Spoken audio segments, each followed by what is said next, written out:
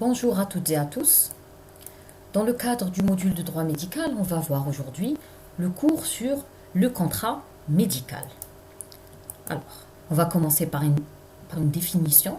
On va définir le contrat de façon générale. Il faut savoir qu'il n'existe aucune disposition dans le Code civil algérien qui parle de contrat médical.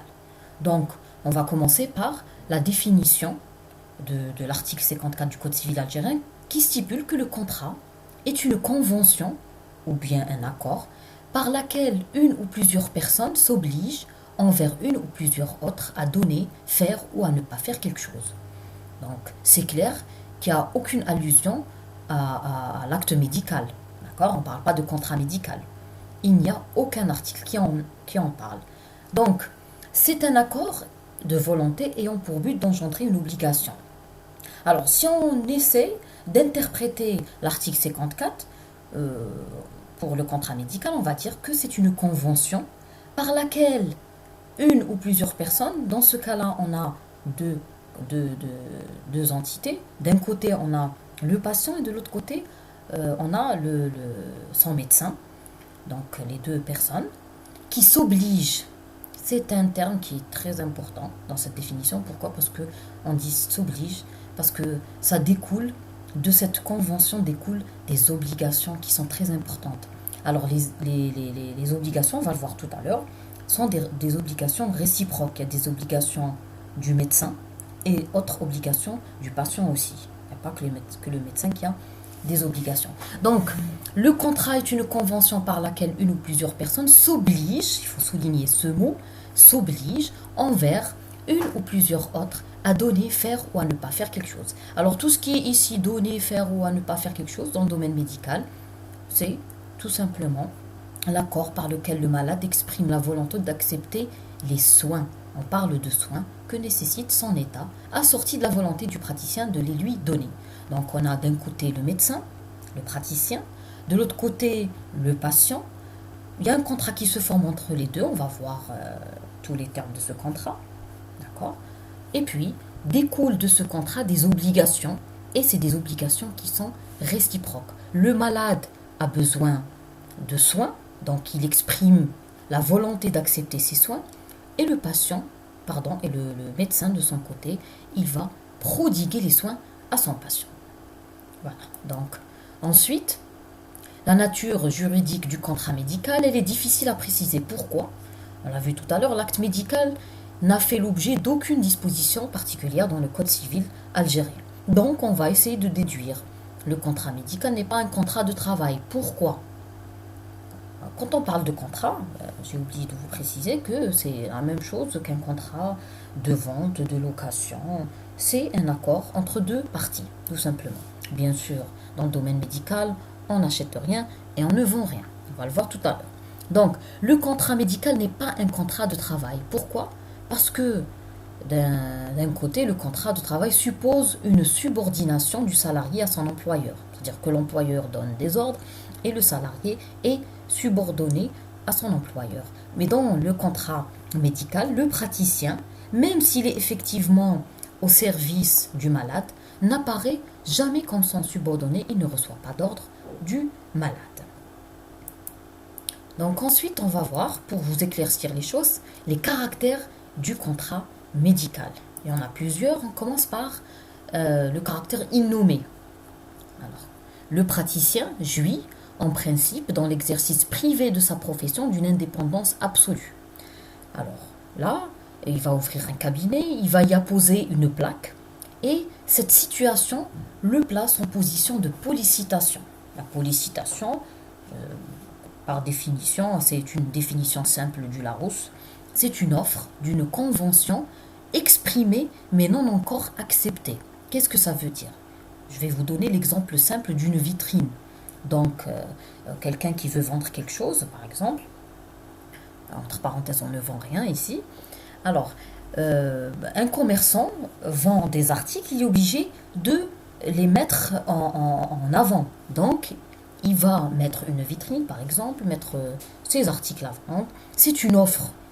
Donc, il y a une convention qui n'est pas encore acceptée. Mais du moment que le client va franchir le pas de son commerce, là, on va dire qu'il a accepté cette offre. C'est ça la pollicitation. Donc, le cabinet, il est là, il est ouvert, le médecin va mettre sa plaque, il est en position de pollicitation, c'est-à-dire qu'il attend, il a une offre. C'est quoi l'offre? C'est les soins qu'il va prodiguer à un malade X ou Y. Alors, lorsqu'un malade s'adresse à lui pour recevoir des soins, le contrat est normalement formé. Donc, le contrat a un caractère innommé.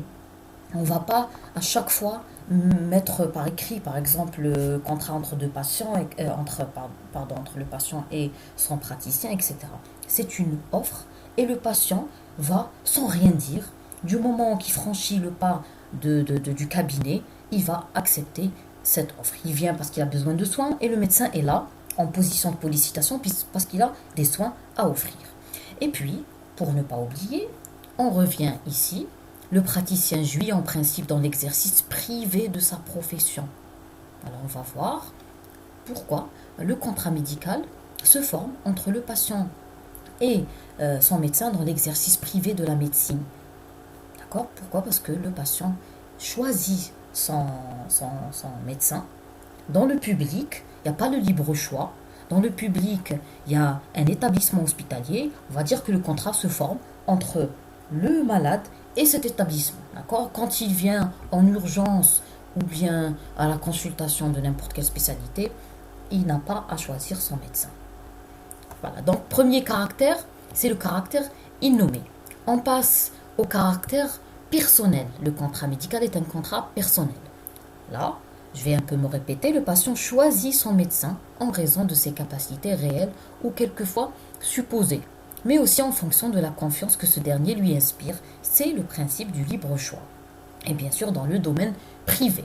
Alors donc, le patient est libre de choisir le médecin qui lui semble bon, selon ses capacités réelles et parfois selon sa réputation, etc.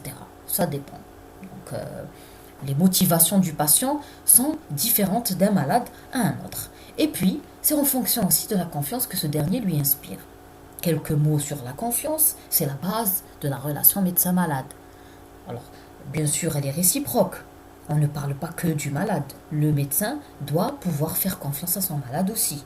Parce qu'il va lui prodiguer des soins, il va commencer par toutes les étapes d'un examen, l'interrogatoire.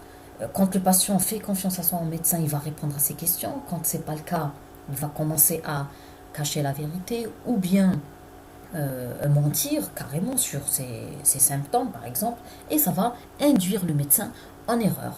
Donc, le malade doit pouvoir faire confiance à son médecin aussi, parce qu'il sait que c'est un bon médecin, il est à l'écoute, il respecte le secret médical, il respecte la dignité de son malade, et il a de l'empathie, etc. Donc, là, le libre choix, le contrat médical, tout ça, c'est basé sur la relation médecin-malade qui est elle-même basée sur la confiance. Donc, on passe ensuite au troisième caractère, le caractère continu, caractère très important. Pourquoi? Parce que l'acte médical ne se réalise pas d'un seul geste. Vous savez que prendre un malade en consultation ne se fait pas en une seule fois. C'est-à-dire que le patient, vous allez peut-être, ça selon l'affection, bien sûr, selon le motif de consultation, vous allez peut-être le voir et le revoir plusieurs fois. Donc, vous allez commencer par faire connaissance avec votre patient, lui poser des questions. Donc, c'est l'anamnèse, l'histoire de la maladie, etc. Passer par l'examen clinique ou l'examen physique, poser un diagnostic, ensuite discuter peut-être diagnostic différentiel, demander des examens complémentaires, traitements, etc.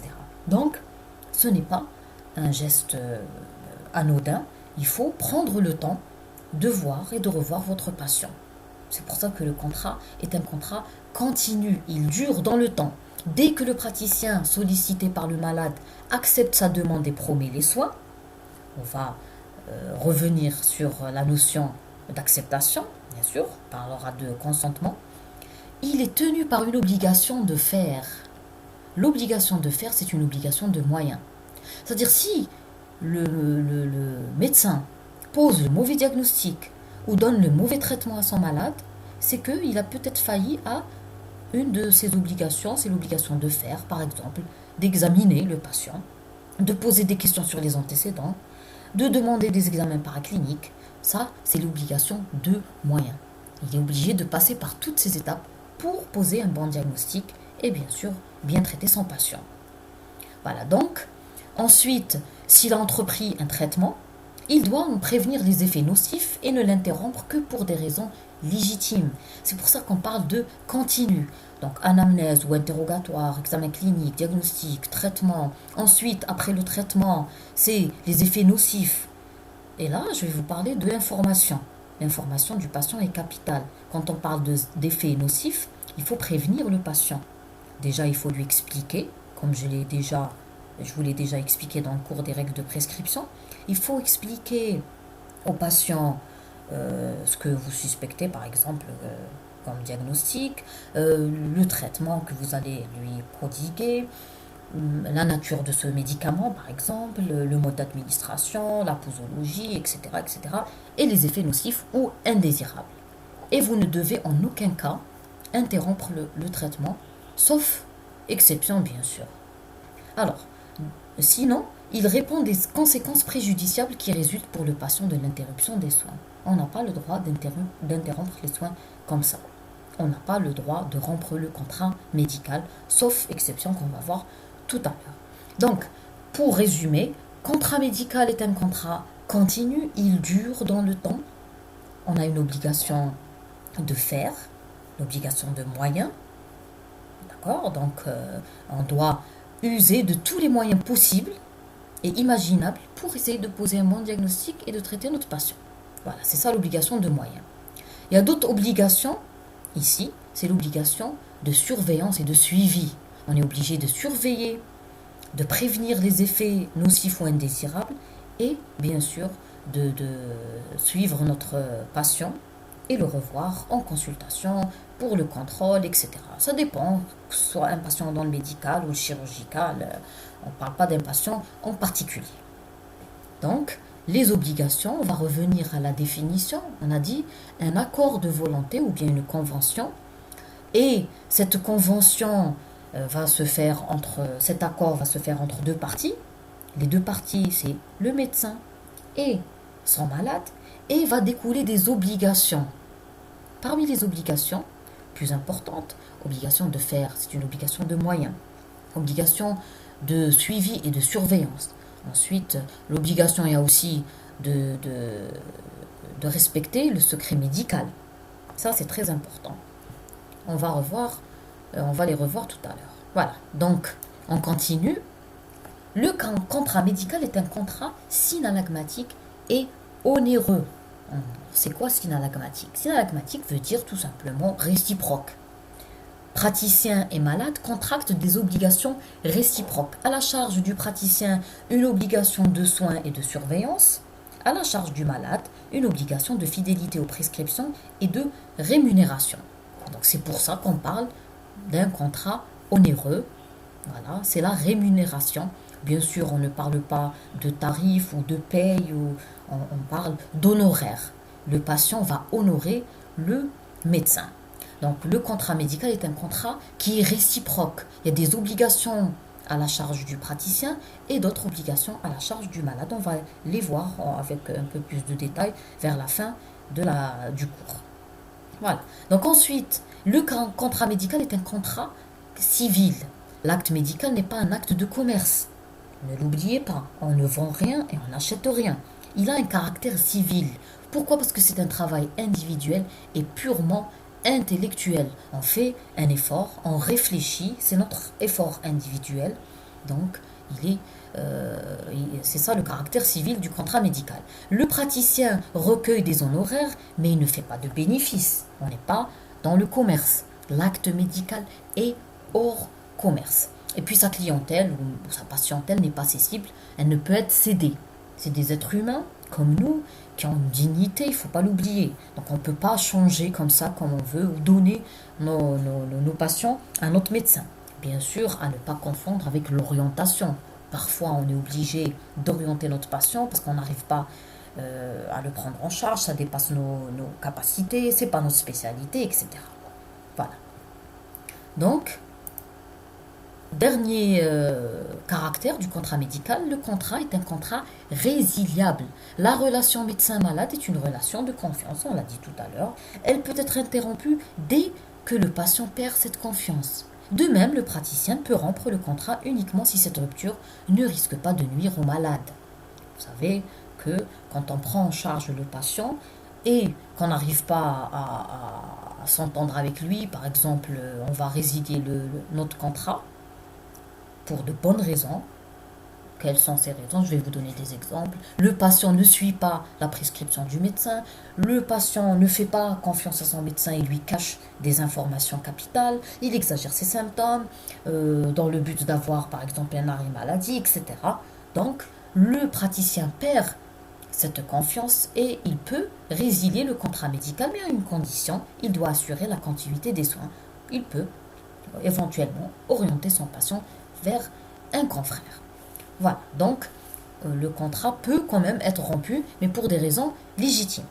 Il y a un cas où on ne peut pas résilier le contrat médical, c'est l'urgence, bien sûr. L'exception en médecine, c'est l'urgence. On est obligé de prendre en charge un patient qui est dans un état d'urgence, sinon c'est notre responsabilité qui est engagée et c'est la non-assistance à personne en péril. Voilà donc les caractères, on va les résumer rapidement. Le contrat médical est un contrat innommé. Donc, il y a un médecin privé qui ouvre son cabinet, qui est en position de sollicitation, il offre des soins et dès que le patient se rapproche de lui, il a accepté les soins que veut prodiguer le médecin. Voilà, donc le caractère est innommé. Deuxièmement, le contrat médical est un contrat... le contrat est... Pardon, j'ai oublié le... C'est un contrat qui est... Alors, pardon, je disais, le contrat médical est un contrat, deuxième caractère, c'est un contrat personnel, on parle de libre choix.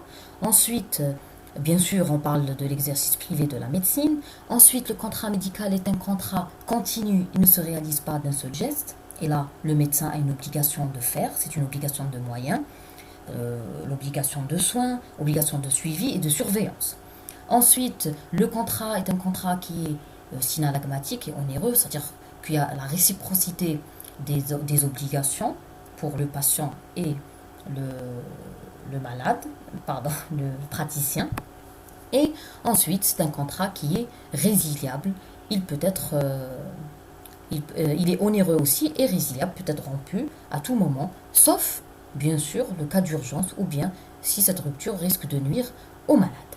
Voilà donc, on continue par les conditions de formation du contrat médical. Alors, pour contracter, il faut d'un côté la capacité juridique des deux parties, c'est-à-dire du praticien et du malade, un consentement libre et éclairé, et puis un objet et une cause licite.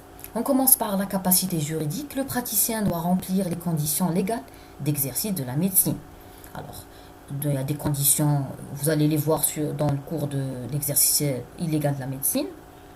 Donc, il y a des conditions légales de nationalité, diplôme, visa ou autorisation préalable du ministère de la Santé, sans lesquelles l'exercice de la médecine serait illégal. C'est-à-dire si, par exemple, vous n'avez pas de diplôme, vous n'avez pas de condition de nationalité, ou bien l'autorisation du ministère, vous serez dans l'exercice illégal de la médecine, le contrat est frappé de nullité, c'est-à-dire qu'il est nul. Ensuite, de l'autre côté, il y a le praticien qui doit être en mesure de savoir parfaitement à quoi il s'engage et est habilité à le faire. D'accord? Donc, pour les mineurs et les incapables majeurs, le consentement du tuteur légal est obligatoire. Donc, là, on peut parler aussi d'information. Il doit être en mesure de comprendre parfaitement l'information que doit lui faire passer son médecin. Et puis, pour les mineurs et les incapables majeurs, le consentement du tuteur est obligatoire. On ne peut pas prendre en charge un mineur sans le consentement de son tuteur ou du père ou de la mère. Bien sûr, l'exception, c'est l'urgence. Voilà, donc ensuite, le consentement des parties. Consentir, c'est être d'accord avec quelqu'un. Je dis oui aux soins ou je dis non aux soins. Ça dépendra du patient. Le consentement doit être libre. C'est-à-dire qu'il n'y a pas de contrainte ni pression. On ne doit pas obliger le patient à se faire soigner. Il doit être éclairé. Et là, l'obligation d'information, on va la rajouter avec les obligations, je vais répéter les autres obligations, obligation de moyens, de soins, obligation de suivi, de surveillance, obligation de respecter le secret médical et l'obligation d'information sur les conséquences de ce consentement. Pourquoi on parle d'éclairer? On ne va pas demander au patient de dire oui à des soins alors qu'il n'est au courant il n'a aucune information. Donc on doit l'éclairer, on doit l'informer. Par exemple, vous allez opérer un patient, vous allez lui expliquer ce qu'il a comme maladie, comme pathologie par exemple. Ensuite, vous allez lui expliquer le geste que vous allez faire en termes bien sûr simplifiés, faciles à comprendre. Et puis, l'informer sur, j'ai dit, le geste, les complications éventuelles liées, on va dire, à l'anesthésie, le geste opératoire lui-même, et même en post-opératoire. Comme ça, votre information est la plus globale possible. Voilà. Ensuite, le consentement doit être conscient, volonté et esprit lucide non altéré. Le patient doit être lucide, doit être éveillé, voilà, pour pouvoir comprendre ce qu'on lui demande. Si le malade est un incapable majeur ou un mineur, le praticien doit recueillir le consentement du tuteur légal, sauf cas d'urgence, bien sûr. Même pour le malade capable et majeur, d'accord. Donc, quand il y a une urgence, vous devez lui sauver la vie, tout simplement. Vous n'allez pas le réveiller pour lui demander son consentement. Voilà. Donc, on continue. L'objet et la cause licite. Il faut que l'objet du contrat, c'est-à-dire le but poursuivi, soit moralement justifiable, licite et légitime. Il y a des exemples comme des opérations chirurgicales, injections, prélèvements, vaccinations. Tout ça, tous ces gestes seraient assimilés au délit de coups et blessures volontaires si l'objet médical de ces actes ne constituait pas un fait justificatif leur enlevant leur caractère délictueux. C'est-à-dire, si vous faites un geste médical non justifié, vacciner, injecter un produit, et que vous n'avez pas un fait justificatif qui va leur enlever leur caractère délictueux, ça va être assimilé au coup et blessures volontaires. On a l'exemple de l'avortement, l'euthanasie et la délivrance de stupéfiants effectués ou prescrits dans un but non thérapeutique sont interdits par la loi. Et tout ça, vous allez le voir ou vous l'avez déjà vu dans le cours de la responsabilité pénale. Donc, l'objet de votre contrat ou de votre convention avec votre malade doit être justifiable, licite et légitime et non contraire à la loi. Il faut que la cause du contrat existe, c'est-à-dire qu'on ne peut pas s'obliger sans cause. Il y a l'article 97 du Code civil algérien qui stipule que le contrat est nul si on s'oblige sans cause ou lorsque la cause est contraire à l'ordre public ou aux bonnes mœurs. Alors si on réunit tous ces caractères, c'est-à-dire la capacité des contractants, du praticien, du malade, le consentement des parties aussi, et puis un objet et une cause qui sont licites, on peut contracter. Voilà. Donc ensuite, on passe aux obligations du praticien et du patient. Premièrement, les obligations du médecin. Le médecin a vis-à-vis de son malade une obligation de moyens. Alors c'est la partie qui m'intéresse. Pourquoi? Parce que j'aimerais bien que vous n'oublierez jamais cette partie du cours, les obligations du praticien, parce que vous allez pratiquer la médecine et vous allez avoir à prendre en charge des patients et il faut vous souvenir de tout ça. L'obligation de moyens, c'est l'obligation de faire. Vous faites tout ce que vous pourrez pour essayer de soigner le patient. Vous n'êtes pas obligé d'obtenir une guérison, mais si vous mettez tout en œuvre, vous avez honoré votre obligation de moyens. Cela signifie qu'il doit mettre tout en œuvre pour obtenir la guérison et la garantir. Bien sûr, le praticien doit soigner avec la même conscience tous ces malades, quelles que soient leurs conditions, leur nationalité, leur religion, leur réputation et les sentiments qui lui inspirent. Ça, c'est dans le code de déontologie. Le médecin est là il respecte la dignité humaine et il doit respecter les différences des personnes et il doit garantir des soins égaux à tous les malades. Il doit se conformer aux données actuelles de la science. Autre obligation. Alors, pourquoi? Parce que la science évolue, la médecine évolue. Et puis, il faut toujours se mettre à jour, pas parce qu'on le veut bien, mais parce qu'on est obligé de le faire. Comme ça, on va éviter des causes d'erreur plus tard avec notre patient. Voilà, donc, informer les malades sur le traitement et les conséquences qu'il peut éventuellement avoir, en particulier les risques liés à une intervention chirurgicale, obtenir le consentement du malade avant d'entamer le traitement, respecter le secret médical ou professionnel et ne pas abandonner un malade en danger et s'assurer de la continuité des soins. Ça, c'est les obligations du praticien. On passe aux obligations du patient. Le malade qui accepte les soins proposés par son médecin s'engage à payer les honoraires qui lui seront demandés, à collaborer aux soins, c'est-à-dire se soumettre aux examens, aux interventions, aux traitements à partir du moment où il les a acceptés. Voilà, donc là, il a été informé, il a accepté les soins, donc il doit se soumettre aux examens et puis aux demandes du médecin. À fournir aussi les renseignements nécessaires à l'établissement du diagnostic sans omission et à ne pas exagérer un symptôme dans le but de délivrer un arrêt de travail. Alors si un patient ne respecte pas tout ça, il va lui aussi perdre la confiance de son médecin et le médecin va être obligé de résilier le contrat, bien sûr, en dehors de toute urgence. Voilà, donc ensuite en dernier, on a la cessation du contrat. Bien sûr, le contrat va cesser de façon normale à la fin de l'affection. S'il s'agit d'une affection chronique, là, il va durer dans le temps. Pourquoi? Parce que le patient va revenir plusieurs fois en contrôle, va revoir son médecin. Et puis la rupture est possible avant la fin des soins, hors cas d'urgence, on l'a vu tout à l'heure. Voilà, donc c'était la dernière diapo. J'espère que vous avez compris le contrat médical. Cours très important pour comprendre la relation médecin-malade, la confiance qui est entre les deux, la convention. C'est vrai, quand on parle de convention, c'est un peu, on va dire entre guillemets, commercial, mais malheureusement, il n'y a aucune disposition qui parle de code de contrat médical dans le code civil algérien. Donc, on a déduit une définition à partir de ça, et puis on l'a extrapolé sur le domaine médical pour dire que c'est un accord de volonté entre le médecin et son malade et qui va engendrer des obligations.